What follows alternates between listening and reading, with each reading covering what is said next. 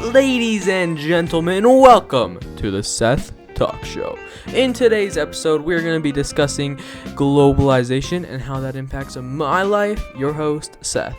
So I hope you all enjoyed this video, and yeah, with that being said, cue the intro.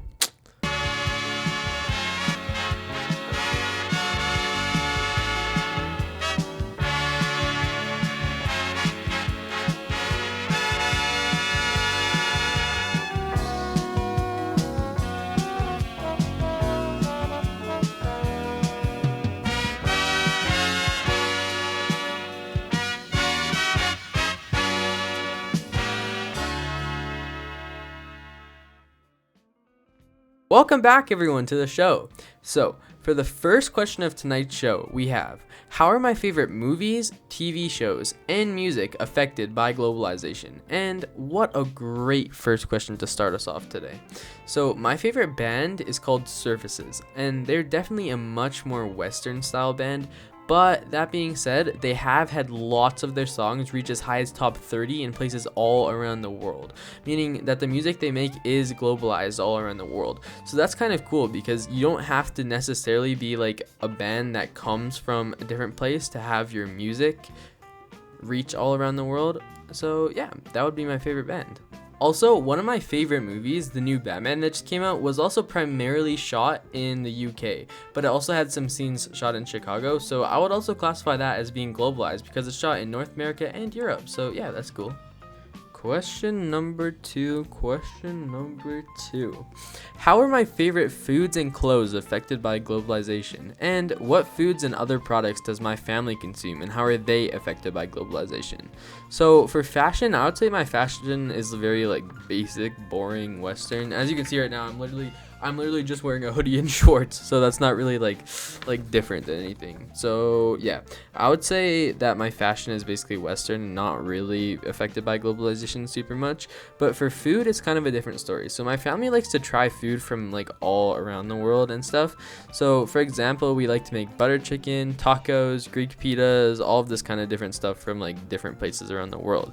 So I would say that's pretty much like a lot affected by globalization, because without globalization we wouldn't be able to like buy the ingredients for those foods here where we are right now, or even have the recipes for them.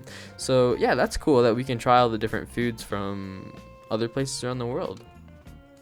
It's time for the next question, and for the next question we have, how is social media and phone use affected by globalization? And for this question, I thought maybe I should go get myself a little bit of a special guest. So let's make that happen.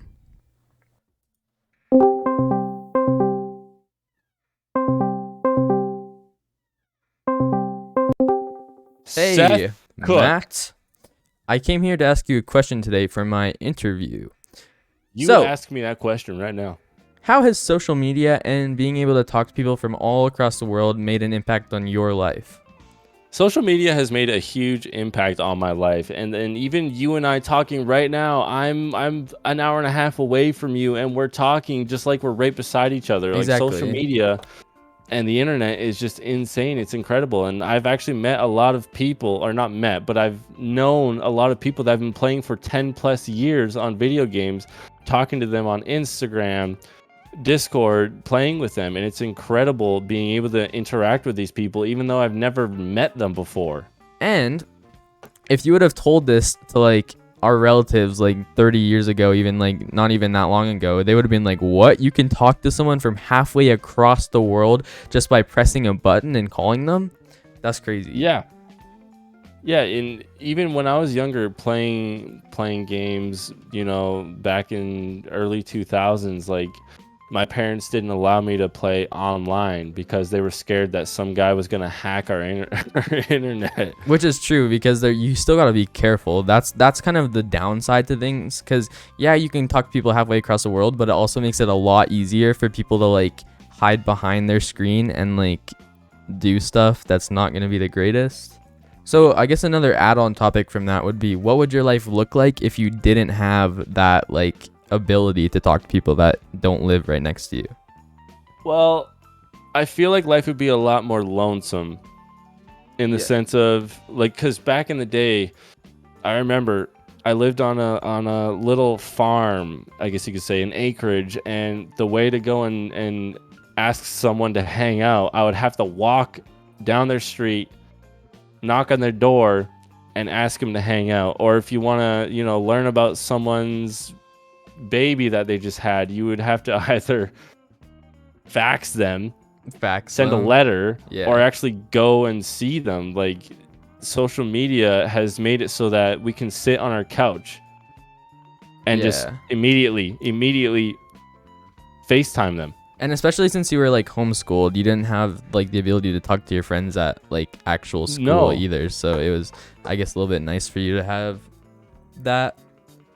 Especially for you when you're homeschooled and you don't have the ability to go to school and talk to your friends. It's hard to like actually make connections with people. Yeah, that's very true. But like, even for you, when you go to school, you see your friends, then you come home. If you didn't have social media, then you it would wouldn't just be be able over. to talk Then to them. I'd have to go and I'd have to make plans with them while I'm at school and then like hang out with them. And it's like it's so hard to do that too, because like, what if your plans change? What if you can't hang out anymore? Then it's like impossible to actually tell them. Exactly. Like my parents and their parents and their brothers and sisters, they all use this app called WhatsApp. Oh and yeah, like like our moms have the freaking workout group. Yes, like that's actually a good point. Oh yeah, Seth's they wake mom, up. Seth's mom and my sister wake up at 5:00 in the morning. They go downstairs. They FaceTime each other in a multi-person call, and they work out with each other at 5:30 every day. Yeah, they watch like these workout videos and FaceTime each other so they can work out together. And that would definitely not be possible without all of the new modern day technologies and stuff. So that impacts their life a lot too, because they're just able to like have that early morning workout together instead of just doing it alone. Exactly. Because they all live like 1.5 hours away. Same with me. It's a beautiful thing, Seth, isn't it? It's a beautiful thing. It's a beautiful, beautiful thing. Well, thank you, Matt, for taking the time out of your day to be interviewed by me. I appreciate it. You had some good points about living long distance with technology these days. And yeah, so thanks for the interview. Namaste. Welcome back. It's me again. Thank you, Matt, for letting me interview you. That was very great. So the next question is, how are my school and friends affected by globalization? Now, I would like to say Chinook High School is like a very diverse school, like one of the more diverse schools I've been to, and they're very like open with supporting everyone and anyone. Like you can you can walk down the hall and see all the different kind of, like, they have culture club, all these different kind of clubs that support all the different people from around the world, and whatever like your background is or whatever you want to believe in, then they'll support you. So Chinook is a very diverse school, and I appreciate that about it. So yeah. I also have a couple of friends that are like from around the world too, so I guess that counts as being diverse. I don't know, but yeah. The next question is talking about the effects of globalization on my family. Now, this is a very interesting question. As soon as I saw it, I knew who I was going to want to talk to. So I have an Oma, and she came from Holland. So I thought, why not go get her to tell everyone her interesting stories of childhood. So yeah, let's visit my Oma. Have you always lived in Canada? No, I was born in Holland. Okay, in what year? 1937. Okay, and do you remember anything from Holland? Yeah, quite a bit during the war. Like the first 3 years, I don't remember anything. Yeah, because the war started in 1940, so you were only... The Second World War. Yeah.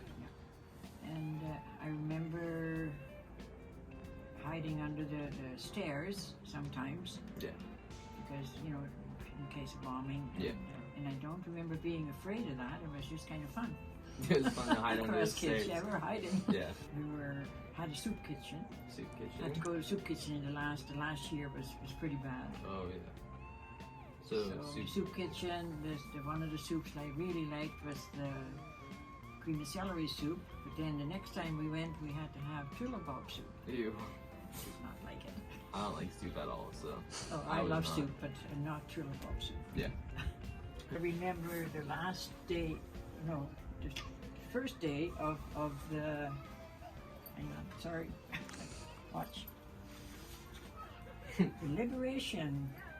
Liberation of the Netherlands, 1945. And if it wouldn't have been for the Canadians coming, and Americans, I'm sure, but I remember the Canadian soldiers on their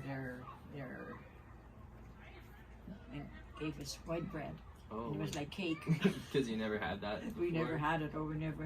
I don't remember bread not that white at all. Yeah, just like plain white bread and. Okay. Plain my bread. Yeah. So what happened after the war? After the war, well, I was so skinny, and the real malnourished kids, and there was lots of them, Yeah. had to go somewhere, and I was picked to go to Denmark. Okay.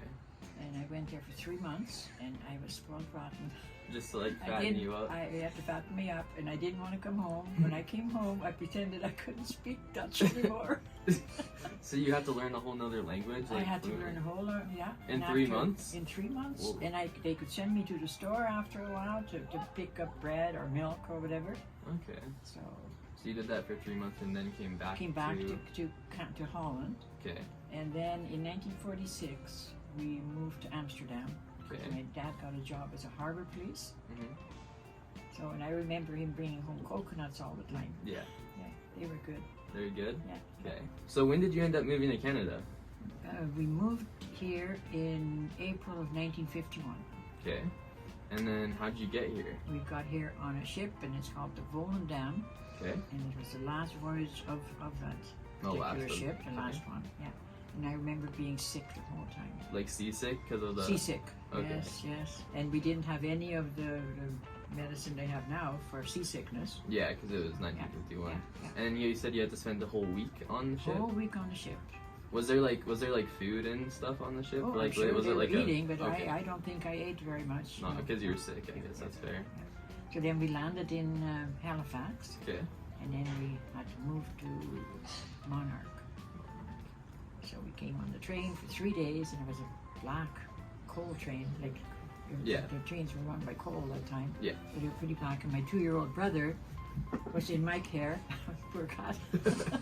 2-year-old brother was A in. 2-year-old brother, and he was black all the time. It was my job to take him to the bathroom, wash him up, and then I remember as a little 2-year-old girl in Same a age little as your white brother. dress, No and white she dress. never got dirty. Is only your little brother. Yeah, only my little brother. So then you had to take it to the bathroom and the like bathroom wash and him wash up him all up. the time. Yes. Oh. And Yikes. you know, I don't remember sleeping On the train? We must have slept somehow, but I Yeah. don't remember. I'm sure we didn't have any berths on top there, or No, you didn't probably have had to beds or sit and lay anything. on the hard benches. Probably. Yeah, yeah. Okay, and then why did you have to move to Canada? Because Holland is so small, and my mom and dad wanted a better future for us kids. Yeah. There were 5 of us. Yeah. My brother was 15, and I was the 13-year-old, and then And then went you. down. I yeah. had 3 brothers and 1 sister. Okay. So they wanted you to have a better life Better because Holland was so life, yeah. small. Yeah, if you know that Holland is so small, like Holland goes into Alberta 16 times. It's just 16. Alberta, not even Canada. Not in, no, Canada is 240 times bigger Jeez. than Holland. Yeah, so Holland's just small, and it's like has a lot more people A lot too. more people. crammed And in you know, the- I don't exactly know how many. I didn't look that up. How many Yeah. years living there then and now? Okay. You could look that But you up can, yourself. yeah, you can see that there's a lot Right. more people in Yeah. Holland than there is in even just Alberta. So you had to ride on the train for 3 days, but then where did that take you? It took us to Lethbridge, So right to the here, train yeah. station, and the train station is still there. Remember, Is it like it's a the one health by unit the now. one by the mall, and it's like The one by the okay. mall, yeah, same one, and it looks outside. It looks exactly the same yet, That's as cool. I remember it. Yeah. Then the farmer from Monarch picked us up because we had to work in the sugar beets Okay, yeah, because you because were we not. needed yeah. a sponsor to get here. Yeah, she didn't have enough money to actually move. We didn't have any money. I think they gave us $100 or something. The government Yeah. to last us. Okay. I don't know how they did it, but they did it. hmm And so my little brother, I'm sure, sat with mom and dad in the front cab with the farmer and my mom and dad. Yeah. But us 4 kids had to sit in the back Cramming the one. in the cab, in the box, not in the cab. Yeah.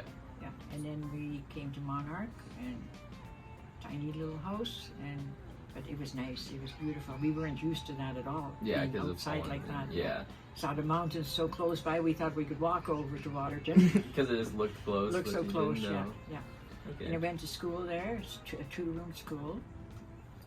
And I remember having to learn English. The only English, like in Holland, we had English and French for the last year I went to school there. Yeah. And the song I learned was, "Oh, where have you been, little boy? Billy boy, Billy boy, oh, where have you been?" When you were learning English? Yeah, we learned a tiny little bit English. Yeah. I mean, not enough to. Yeah. So we got the special book, and I remember one of the words I learned was fun. Fun. You know, fun. Yeah. So one day, a boy behind me tapped me on the shoulder and he says, "You are funny," and I thought it was a compliment. So I Well, said, it can "Oh, be a thank you." So, 'Cause you don't mean to and hear. my sister did not want to go to school. So I remember my mom, and we used to have, we call it a matteklopper, and it's a thing you hit on when you want to clean your rugs on the line in Holland. Yeah. You hit it with that. So my mom running down the road with one of those, chasing my sister to the bus. She didn't want to go to school. She didn't want to go to school, and I was a bus driver after, so Oh, I can imagine one of the mothers chasing the kids down the road nowadays. That would be awful. So Yeah. So you learned like 3 different languages, I guess. in Holland, we had to take French and English right away in grade 7. In Holland. Yeah. And then you learned Dutch in Holland too. That's like Of the course, that was language my you get when you language. grew up with. Yeah. And then I still read and speak Dutch now. Yeah. So. And then you moved to Denmark, was it? Oh no, didn't we have that already? Yeah. And then you learned a Yeah, language in there Denmark too. for 3 months, and I learned that language too. But now I only know some nursery rhymes Okay. and some ene, mene, mink, mon, clink, clonk when you play the game. Yeah. And if you were out and you were, you know. Yeah. So, but I can't speak it No, anymore. you just speak Dutch and English now. Yeah. Okay, cool. Thanks, Solon, for letting me interview you. It was great. Just because I love you, sweetie. You know how much I hate being taken on pictures. That's okay. I'm sure everyone will love it. Right, guys? Oh, yeah. And there's another successful interview. Also, I realize this video is going to be way longer than 10 minutes, so I'm sorry in advance, Jamie, but I feel like it's interesting enough to learn about all my stuff from my Oma. So, yeah. Sorry. Anyway, the last question would be, how is my identity shaped by globalization? So this is basically just going to be a generalization of everything else we've learned today. So I feel like me as a person is shaped quite a good amount by globalization in general. Like, as you just saw, my Oma literally moved here because of that, and if she didn't do any of that, I wouldn't even be here today. So literally the entire reason I'm existing right now is because of that. But also, like, even just during like the past couple of years, I've been able to learn so much about like different people around the world, different cultures, different beliefs, different everything. So I really that makes me happy to learn everyone else's different cultures and stuff. And then also the last thing that has shaped me a lot as a person is just like pop culture in general, because that's like basically my entire life at this point. Like, there's all the YouTube, there's like everything that's trending like at all now is affecting me, because that's like the content that I consume. So yeah, I would say that in general, globalization affects me quite a bit, and my identity is shaped a great amount from it too. Now, after that question, I can finally wrap up this very, very, very long talk show. Well, not really a long talk show, but just like a long, just a long video. Never mind. Anyway, thank you for watching, whoever's watching this, like family, Jamie. And also, I give you permission to show this to the class or whatever. If you like, I don't care. So whatever you want to do with it is fine. And yeah, thank you for watching. I had fun making it, and hope I can get a decent mark on it. So yeah, I think that's it. Bye.